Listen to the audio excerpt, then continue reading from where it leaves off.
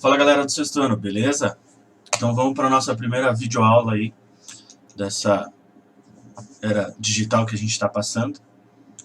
Quero dizer primeiramente que eu tô já com saudade de dar aula, de estar na sala de aula, de conversar com vocês presencialmente, mas faz parte, é uma etapa que a gente vai ter que passar, beleza? Então vamos lá. Na nossa última aula a gente parou na questão da máquina de diferenças e o engenho analítico, que foram máquinas que o Charles Babbage criou para poder melhorar o sistema que eles tinham na época. Só que essas máquinas elas estavam muito à frente do seu tempo, elas foram criadas numa época que a tecnologia não tinha capacidade de produzir o projeto que ele pensou, aquela ideia que ele pensou e que ele passou para o papel. Essa ilustração que a gente tem na apostila hoje é uma ilustração que foi feita uma reconstrução da máquina que foi feita muitos anos depois com os projetos que o Babbage tinha feito. Por isso que ele é considerado aí como o vô da computação, porque muitas das coisas que ele fez, ele não conseguiu, como eu poderia dizer, ele não conseguiu criar, ele não conseguiu fazer, se tornar funcional, mas na época ele conseguiu patentear a ideia, colocar essa ideia para frente, e algumas outras mentes colocaram esses projetos que ele tinha feito no físico, aí construíram esse projeto que ele tinha feito. Alguns anos depois, já em 1847, coisa de 10 anos depois, o Bowley, que é o George Bowley, que ele é considerado o pai da lógica moderna. Por que ele é considerado o pai da lógica moderna? O Bowley ele criou o sistema de 0 e 1, que é o sistema binário que a gente utiliza até hoje, que a computação utiliza até hoje, que é utilizado para qualquer tipo de informação digital nos dias de hoje. São zeros e 1, é uma sequência de zeros e 1. Isso a gente pode ver, por exemplo, no símbolo de liga e desliga de alguns componentes eletrônicos.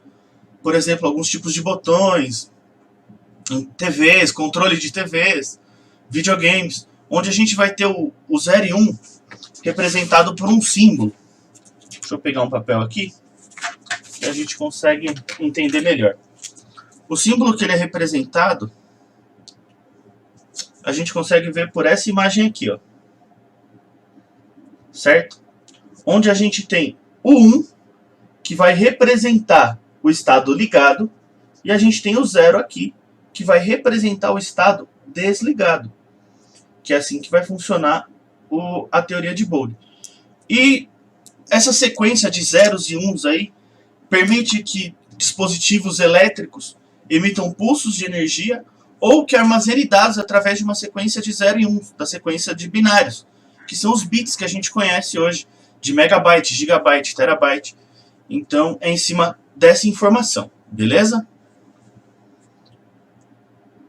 Passando dessa parte, a gente entra na computação pré-moderna, que é quando os primeiros computadores eletromecânicos foram desenvolvidos. E, com o passar dos anos, os componentes eletrônicos, propriamente dito, foram incorporados a esses projetos e os computadores passaram a trabalhar de forma mais eficiente. O que esses computadores faziam nessa época? Geralmente contas matemáticas simples, contas lógicas e até algumas contas mais complicadas. Em 1931, o Vannevar Bush ele colocou nos computadores uma arquitetura binária propriamente dita, como eu disse agora, a utilização de zeros e uns para armazenar dados e arquivos.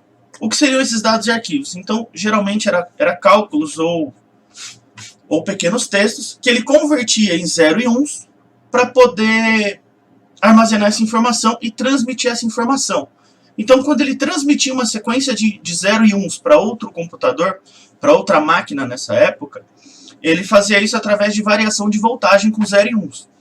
E quando essa máquina recebia essa variação de voltagem, ele conseguia transcrever essa variação para o significado que ela deveria ter. Se era uma letra, um número, uma frase, uma palavra e tudo mais. Algo muito parecido a gente tem no sistema de... Me fugiu a palavra. mas de SOS, que geralmente você vê em filmes ou séries de pessoas que utilizam esse sistema, mas através de sons de rádio. Então ele vai emitindo pequenos bips, pequenos pontos e traços, que é o código Morse. Ele vai emitindo pequenos pontos e traços, que quem receber essa mensagem e entender o código Morse consegue traduzir aquela mensagem que está sendo enviada. Logo depois dessa invenção do Vannevar Bush, que foi em 31, aí foi um período pós-Primeira Guerra Mundial e pré-Segunda Guerra Mundial, em que o mundo vivia muitas tensões. E logo em 39 aí explodiu os conflitos aí da Segunda Guerra, que, querendo ou não, foi um dos grandes marcos de evolução do computador. Por quê? Porque os computadores evoluíram de forma exponencial durante o período de guerra. Um dos projetos mais famosos dessa época é o Mark I, que ele foi criado em 1944 em Harvard, e o Colossus, que foi criado em 1946, que foi criado pelo Alan Turing, que também é uma das pessoas mais citadas quando a gente fala da história do computador.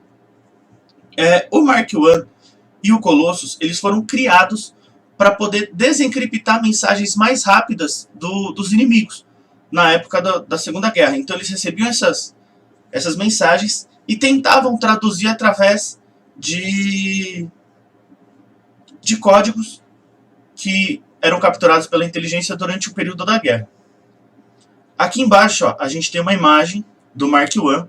Ele era um computador gigantesco. Ele trabalhava com eletroválvulas, que é um sistema que a gente nem usa, nem é usado mais nos dias de hoje. Porque hoje os computadores eles são 100% digitais, os componentes são digitais. A gente tem muito pouca coisa analógica nos computadores hoje. Os poucos componentes que a gente tem, por exemplo, que são mecânicos ainda, é o HD e os coolers, que servem para refrigerar o computador. E hoje em dia já temos os SSDs aí substituindo os HDs, que é uma peça totalmente digital.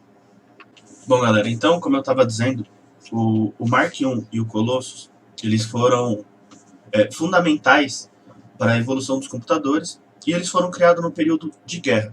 Qual era a principal função do Mark I e do Colossus? O Mark I, ele era utilizado para fazer cálculos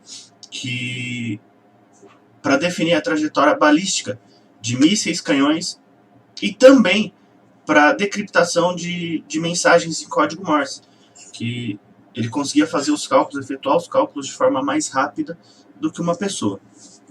O Colossus, ele já se utilizava de uma tecnologia, de uma teoria, né, que é a famosa teoria da máquina de Turing, que através de um número finito de operações, ou seja, de uma quantidade limitada de operações matemáticas, ele conseguia resolver problemas computacionais. Então ele conseguia desencriptar mensagem, ele conseguia fazer cálculos matemáticos que talvez demorassem dias ou até semanas para serem resolvidos em questões de horas. Hoje, muito provavelmente, o celular que vocês têm no bolso, um tablet que vocês estão usando, até o computador que vocês estão usando para assistir essa videoaula hoje, ele é muito mais rápido e muito mais eficiente do que qualquer uma dessas duas máquinas. Mas se não fossem elas, e se não fosse talvez o período da Segunda Guerra Mundial, talvez a gente não tivesse chego onde a gente chegou com a computação hoje. Beleza? No link aqui na descrição desse vídeo, aqui embaixo da tela aqui, a gente vai ter um link para um formulário do Google, onde vão estar essas 13 questões aqui da nossa apostila. Vocês vão responder essas questões de forma digital pelo Google Forms, e eu vou receber essas respostas. Aí eu consigo já corrigir elas através do Google Forms, beleza? Muito obrigado, espero que tenham gostado dessa primeira aula. Ela é bem rápida, que a gente ficou com um trecho pequeno, o outro trecho a gente já tinha visto em aula. Mas na próxima aula a gente continua, que a gente vai aprender sobre a computação moderna, que é como o computador chegou de uma simples máquina que calculava informação para o que a gente tem hoje de fato, beleza? Tamo junto, se cuidem, se hidratem, lavem bem as mãos e sempre lembrem de usar álcool gel, beleza? Tamo junto. Pessoal, outra coisa. O link da apostila, se você não tiver anotado aquele link encurtado que eu passei na sala para acesso da apostila de informática do 6º ano de forma digital, também está na descrição do vídeo aqui embaixo, beleza? Valeu, tamo junto.